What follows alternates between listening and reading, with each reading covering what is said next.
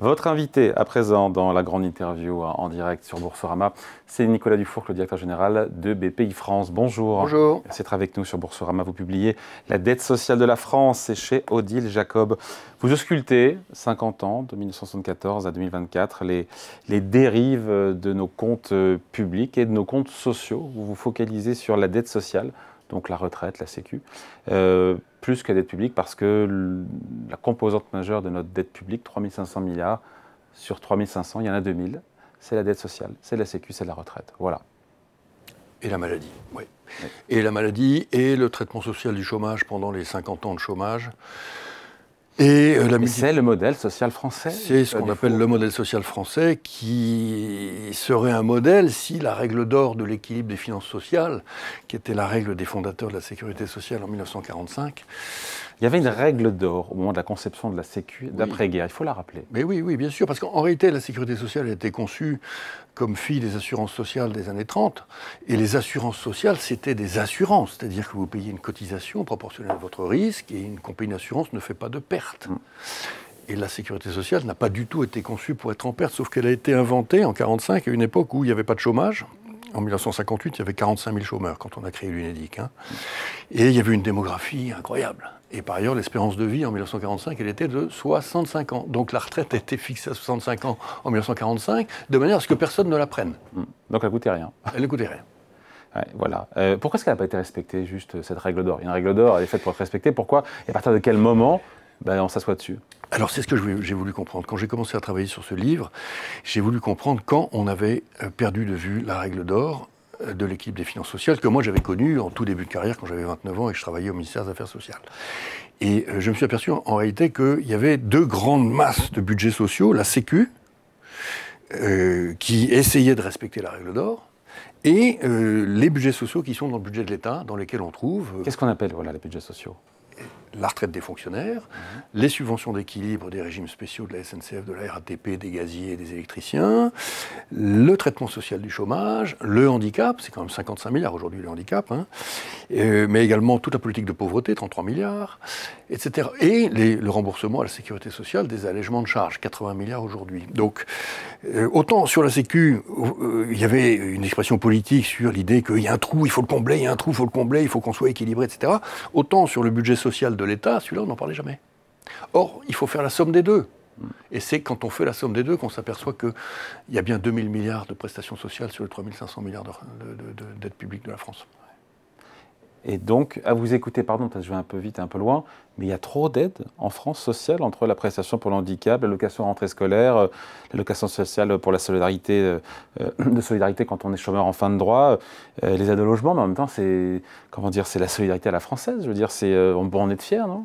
On peut absolument en être fier. C'est tout le propos de mon bouquin, qui est de dire il est temps qu'on se mette autour de la table pour trouver la solution pour le pérenniser, puisque ce qui a été construit progressivement par toutes les majorités, les unes après les autres, en général dégagé au bout de 7 ans ou au bout de 5 ans par le dégagisme français. Mais chacune élue ensuite a rajouté des droits aux droits, du progrès au progrès. On n'a plus les moyens, c'est ça. On arrive à une situation qui est optimale du point de vue des droits. Alors il y a évidemment quantité d'associations qui m'ont expliqué que plus on fait de droits, plus c'est pire. Ces associations-là, j'ai envie de leur dire, écoutez, il y a un moment où on va dire que c'est bien. Mais il faut ensuite dire l'autre chose, c'est que non seulement c'est bien, mais c'est surtout que 10%, c'est de la dette. Et donc, comment on fait? Ça n'est pas soutenable. Donc, il faut voir comment on règle. La France n'a plus les moyens d'avoir aujourd'hui ce modèle social. C'est pas dans le débat public, vous savez. Et donc, oui, mais je pense que il faut expliquer qu'il y a un certain nombre de curseurs qu'on peut bouger. Et il faut commencer par les curseurs qui, j'ai envie de vous dire, ont un impact financier le plus important. Le premier, c'est la retraite. La retraite, c'est 400 milliards. Le RMI, c'est 12. C'est ça les ordres de grandeur. Le budget de l'éducation nationale hors retraite, 64.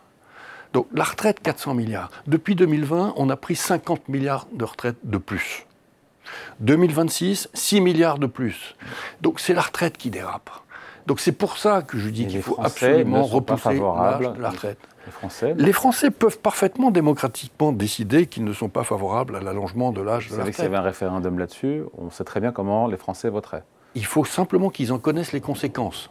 La conséquence, c'est que ce qu'ils vont mettre dans la retraite, Ils ne le mettront pas dans les services publics. Donc, paupérisation de l'éducation nationale, paupérisation de la recherche, paupérisation des équipements publics, impossibilité de réarmer la France dans le contexte géopolitique, impossibilité de décarboner l'économie française dans le contexte de la transition climatique. Hein. Donc vous êtes favorable à un gel des pensions de retraite pour des choses, parce qu'on est dans c'est dans le débat public aujourd'hui. Je pense que les Français doivent savoir que les retraites de leur pays sont grosso modo 20% plus généreuses que les retraites allemandes. Et on peut se poser la question de savoir si on a les moyens de se payer ça. Moi, je réponds que non. C'est intéressant parce qu'on parlait du fait que la France ait ou pas les moyens, encore une fois, d'assumer ce modèle social. La question 1, c'est comment on stoppe l'emballement de la dette sociale. Donc vous allez me dire travailler plus, on va en parler. Mais on se rend compte que le gonflement de l'État-providence n'empêche pas la montée des partis extrémistes. C'est-à-dire qu'il y a un enseignement peut-être politique aussi à en tirer. Alors ça, c'est l'un des fils rouges de mon livre. Mendès France disait il faut absolument développer l'État-providence pour empêcher le Parti communiste de prendre le pouvoir au Parlement. C'était très clairement dit dans les années de la 4e République. Bon. Et ça a été vrai pendant un certain temps. Hein, parce qu'au fond, une grande partie de la décrue du PC, qui était quand même montée jusqu'à 23% aux élections présidentielles de 1969, hein, il faut s'en souvenir, ça a été l'incroyable progrès de la société française. Hein, et la montée de classes moyennes, qui étaient essentiellement des classes moyennes du service et non pas des classes moyennes ouvrières. Sauf que depuis, grosso modo, 1995, avec une forte accélération depuis le référendum de 2005 sur la Constitution européenne, plus on rajoute de droits, plus les radicalités montent.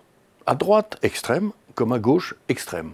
Enfin, cette montée des populismes, de droite comme de gauche, on les voit partout en Europe aussi. C'est pas un cas. Mais parce que ce que je décris n'est pas du tout un symptôme spécifique à la France. Il se trouve que la France le fait dans des proportions très particulières. Mais vous l'avez dans tous les pays. Tous les pays ont exactement le même problème avec leur État-providence. Même les États-Unis. Vous pouvez vous poser la question de savoir d'où vient la dette américaine. L'immense dette américaine. Ouais. Mais dont on parle moins. Dont on parle moins, mais qui est quand même un problème mondial, financé par la Chine, etc.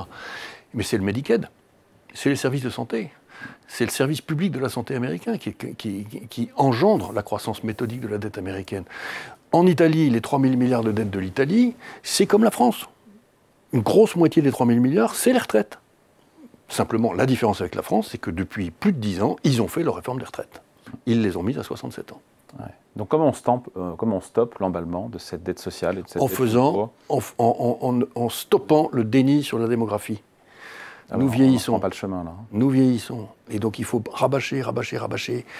Les gens savent très bien que la société française vieillit. Ils savent très bien qu'ils ont fait beaucoup moins d'enfants que ce qui était prévu dans le programme du Conseil national de la résistance. Hein. Voilà. Et on est maintenant à un taux de natalité de 1,62, qui a perdu 0,4 depuis une petite dizaine d'années. Donc l'effondrement démographique a commencé. L'emballement négatif, il est là. On aura un Français sur 6 de plus de 75 ans en 2040. Ouais. On aura, en 2030, 2 millions de retraités dépendants bénéficiaires de l'allocation dites-la pas, hein, l'allocation de précarité d'autonomie, qui coûte aujourd'hui déjà 7 milliards d'euros. Donc vous pouvez doubler. Tout s'emballe à cause du vieillissement. La maladie s'emballe à cause du vieillissement, évidemment. 270 milliards d'euros par an. C'était combien il y a 6 ans ? 200 milliards. On a pris 70 milliards depuis 6 ans. Si vous faites la somme de ce que je viens de dire, je viens de vous dire, 70 milliards de maladies de plus, c'est que les plus de 70 ans, et 50 milliards de retraites de plus depuis 2020. Hein, ça fait 120. Ça fait 120 milliards. 2 fois le budget de l'éducation nationale. Vous vous rendez compte ? En 5 ans. Sauf que là, vous me parlez de repousser l'âge de l'égal départ à la retraite à 64, 65 ou plus, comme le font nos voisins. Oui. Alors que nous, on s'interroge aujourd'hui à l'Assemblée à revenir à 62 et à suspendre la réforme de 2023. Et encore une fois, on est en démocratie. Donc si une majorité des Français, référendum par référendum, élection législative, pas législative, décide que on va mettre non seulement nos marges de manœuvre, mais les marges de manœuvre de nos enfants, puisque c'est de la dette. Dans les retraites, c'est le choix national. Simplement, la conséquence, c'est la paupérisation de la France. Suspension de la réforme des retraites, on y est quand même. Possible retour de la taxation des plus fortunés. C'est toute la politique de l'offre de la France, menée depuis maintenant 7 ans, qui est remise en cause. On ne vit pas un tour. En fait, je pense la fin de la parenthèse. Le livre peut être aussi intéressant pour le lecteur parce qu'il va pouvoir constater qu'en fait, on est en politique de l'offre depuis beaucoup plus longtemps que ça. Vous remontez juste. Le début de la politique de l'offre, finalement, c'est le tournant de 83. Et donc, il faut arrêter de penser qu'il y a eu une rupture comme ça. Il y a eu une succession de décisions qui ont été prises et qui sont simplement le résultat de la prise de conscience du fait que c'est l'économie qui finance l'État-providence et pas l'inverse. Voilà. Et donc ça, on l'a eu sous Raffarin, on l'a eu d'une certaine manière avec la loi TEPA sous Sarko, on l'a eu ensuite clairement sous Hollande, qui a été un grand président de la politique de l'offre, ça lui a coûté très cher politiquement, et puis ensuite... Le CICE, mais pas seulement, le pacte de responsabilité, la création de la BPI. Oui. Par exemple. Ouais. Et puis ensuite, les 2 mandats d'Emmanuel Macron, naturellement. Donc en fait, on est, mais comme tout le monde occidental, en politique de l'offre, depuis presque un demi-siècle. Donc le sujet n'est pas tellement là. Le sujet, c'est que le cheval de l'État-providence ne peut pas galoper toujours devant le cheval de l'économie, parce qu'il est dopé à la poudre blanche de la dette. C'est pas possible. On a tiré le ressort jusqu'au bout, là ? Je pense. La France est en train de devenir une société décadente qui a oublié la valeur travail, nous a dit hier Carlos Tavares à l'occasion de la sortie de son nouveau livre, ancien président de Stellantis. Oui, il est toujours excessif dans le choix des mots. Enfin, la décadence, c'est quand même un mot très très grave. Le fait est que la France a en effet été tellement traumatisée par le chômage de masse à partir de 1974 et grosso modo jusqu'à 2004, même un peu plus, c'est long, 30 ans, qu'elle est devenue malthusienne. Elle n'est pas devenue décadente, elle est devenue malthusienne. Donc on fait rentrer les enfants sur le marché du travail le plus tard possible, avec aujourd'hui 60% des classes d'âge qui sont en études supérieures, et on leur fait prendre la retraite le plus tôt possible. Donc ils sont adultes le plus tard possible et vieux le plus tôt possible. Comme ça, la période pendant laquelle ils vont être au travail sera la plus courte possible. Mais ils travaillent bien, on est productifs, on est bon. Ils sont très productifs, mais étant très productifs, on explique quand même qu'ils sont au bord du burn-out en permanence. Aussi, on entend beaucoup ça. Oui, et donc, partage du temps de travail, etc. C'est vrai qu'au total, tout a convergé pour que le nombre d'heures travaillées sur la vie par le français moyen soit l'un des plus faibles d'Europe. Vous seriez ministre de l'économie avec une majorité à l'Assemblée nationale. Quelles sont les 2 ou 3 mesures tout de suite que vous faites adopter ? Je pense que la France est dans une sorte de maison pour le coup, je vais utiliser un mot fort, une maison du désespoir qui est liée à la croissance immaîtrisée de sa dette publique et inexpliquée et inexplicable. Les gens, c'est pas un projet de société, c'est pas un projet fédérateur. Et donc il faut sortir de la maison du désespoir en stoppant la boule de neige de la dette, qui est une boule de neige de la dette sociale. Il faut stopper. Donc il faut trouver les moyens, en quelques années, de revenir à une discipline de base, qui est que les prestations sociales, on les finance dans l'année par des impôts, des cotisations. Voilà. Donc il faut couper quelque part. Et donc il faut couper quelque part. Ah ouais, mais moi je dis où On commence par les retraites. Ah ouais, donc je dépense. Je ne dis pas qu'il faut couper les retraites, il faut qu'on parte plus tard à la retraite. C'est indispensable comme partout dans le monde. Ça nous arrivera de toute façon, le point GPS il est clair. Et je pense que les Français le savent très bien, puisque sinon ils n'épargneraient pas autant. Oui, ça a le mérite de la cohérence, ça, effectivement. Si on épargne autant, c'est qu'on a conscience qu'effectivement il faut avoir un peu de sous pour ces vies. Il y a 2 maladies auto-immunes de la maison du désespoir. La première, c'est la peur. Donc vous épargnez, et la France est le pays européen qui épargne le plus, 19%. Probablement 3 fois plus que les Américains. C'est historique, ça, en temps. Historique. Et puis il y a une deuxième maladie auto-immune de tout ça, qui est quand même la jalousie. Ah bah le lien est tout fait. Il y a quelques semaines, Nicolas Dufour, vous avez qualifié la taxe Zuckman de truc complètement absurde, fruit d'une histoire de jalousie à la française et d'une haine des riches devenus les nouveaux nobles. Aujourd'hui, le PS a proposé une version allégée, une taxe Zuckman light, avec seuil d'entrée plus bas, 10 millions, taux facial plus haut, mais en excluant les entreprises innovantes et les entreprises familiales, en retirant aussi les impôts, les cotisations, l'IFI, etc., etc. Acceptable ou toujours pas acceptable ? Non, mais c'est-à-dire que mon rôle n'est évidemment pas, dans la séparation des pouvoirs, de rentrer dans le débat parlementaire, pas du tout. Mon rôle est peut-être plutôt de rappeler les principes philosophiques de l'État-providence. L'État-providence a été créé au début du siècle précédent sur une idée qui était vraiment très fortement poussée par Léon Bourgeois, par Durkheim, etc., à savoir que vous devez à votre pays de vous accomplir. Chaque individu doit offrir à son pays la totalité de son énergie potentielle. Et c'est cette énergie-là qui va permettre de financer les solidarités. Vous ne pouvez pas financer les solidarités d'aujourd'hui si tous les Français ne mettent pas le maximum de l'énergie vitale au travail. Et dans l'énergie vitale, il y a l'entrepreneuriat. Le rôle de la BPI, c'est de produire des entrepreneurs. Et je peux vous dire qu'on en produit beaucoup, énormément. Chaque année qui passe, par exemple, dans le domaine de la deep tech, c'est 400 entrepreneurs de plus qui créent leur boîte, qu'on a alimenté, qu'on a conseillé, qu'on a financé, des chercheurs qui deviennent entrepreneurs, etc. Voilà. Parce que notre rôle, c'est d'entretenir l'énergie vitale du pays pour produire de la valeur qui permettra de payer les cotisations et les impôts, qui financeront le modèle social. C'est ça, voilà, le principe. Donc, toute mesure fiscale qui décourage l'énergie vitale, elle est contre-indiquée aujourd'hui. Et c'est le cas avec une version Zuckman allégée. Et c'est le cas avec des taxes sur le patrimoine qui sont de facto quasiment confiscatoires. Et en même temps, j'écoutais hier, c'était sur France Inter, Stanislas Neufchâteau, le président fondateur d'Octolib, qui dit il ne pense pas que ces mesures de taxation des plus riches, type taxe Zuckman, pourraient anéantir les efforts français dans l'IA, comme le craint le milliardaire Daniel Kretinsky. Voilà, il est ouvert à une taxation des plus riches. Oui, écoutez, ça, je ne sais pas du tout ce que dit Stanislas, je ne l'ai pas entendu. Hein.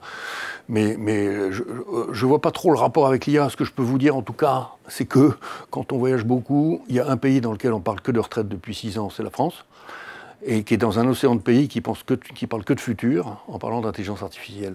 Donc c'est quand même dommage. J'aimerais bien que le rayonnement de mon pays soit autre que la lumière noire d'un débat permanent sur les retraites, quoi. Le moral des entrepreneurs que vous croisez. Le moral des entrepreneurs, c'est ça. Là, au moment où on se parle, c'est-à-dire avec, on ne sait pas si on aura un budget, on ne sait pas si on aura un gouvernement. Le moral des entrepreneurs, on ne sait pas qui sera taxé à combien. Oui, il y a de ça. Bon, il y a l'incertitude qui n'est jamais très très bonne, donc ils ont quand même, pour beaucoup d'entre eux, posé le sac de l'investissement. Hein. Surtout depuis le début du semestre, et en particulier le 25 août et les déclarations de François Bayrou. Bon. Et donc, en effet, ils attendent. Mais au-delà de ça, ils ont quand même l'impression, malheureusement, de revivre l'épisode très ancien d'une saison 1, d'une série où on est déjà à la saison 6, quoi. Vous voyez ce que je veux dire? C'est-à-dire que c'est l'éternel retour des mêmes débats français. Ils comprennent pas que le fondateur de Zara en Espagne, fils d'une femme de ménage,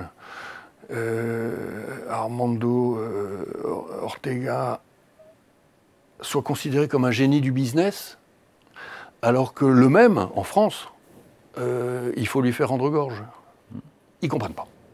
Ils ne comprennent pas pourquoi le patron d'IKEA en Suède soit considéré lui aussi comme un génie absolu, une référence nationale, et que finalement son homologue ou ses homologues en France soient considérés comme des profiteurs. L'équivalent chez nous, c'est qui alors? C'est Bernard Arnault? C'est les grandes familles dont tout le monde parle, et qui pourtant ont apporté énormément au pays, y compris de la fierté. En tout cas, dans ce débat qui est très français de justice sociale, fiscale, il faut pour avoir un budget, pour avoir les faveurs de la gauche, on ne fait pas de politique, mais est-ce qu'il vaut mieux, en tout cas, pour que ce ne soit pas une question politique, est-ce qu'il vaut mieux avoir un budget à tout prix, même s'il est néfaste pour les entrepreneurs, pour l'économie? Parce que le coût de l'incertitude, d'avoir, encore une fois, des taulons français qui sont rentrés un peu dans le rang, depuis qu'on a un ersatz de stabilité. Écoutez, moi en tout cas, j'ai écrit un livre qui se veut livre de réconciliation, parce que franchement, les sujets qui sont posés ne sont pas des sujets politiques ni partisans. L'État-providence, c'est comme la nature. La démographie, il n'y a pas une démographie de gauche, une démographie de droite.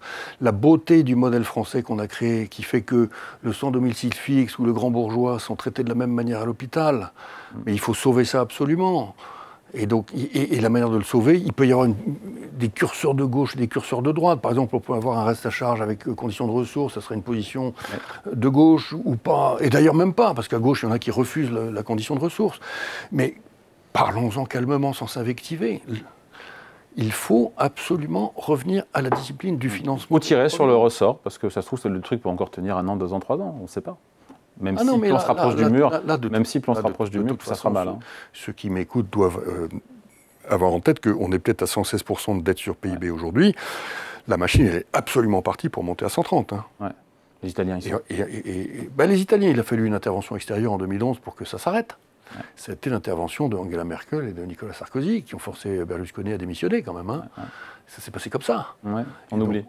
Pardon ? On l'oublie, mais c'est vrai que c'est passé comme ça. Ça s'est littéralement passé comme ça. Et donc, je ne souhaite pas ça à mon pays. La dette sociale de la France, 1974-2024, signé Nicolas Dufourcq, le président de BPI-France, édité chez Odile Jacob, invité de la grande interview en direct et en replay sur Boursorama. Merci.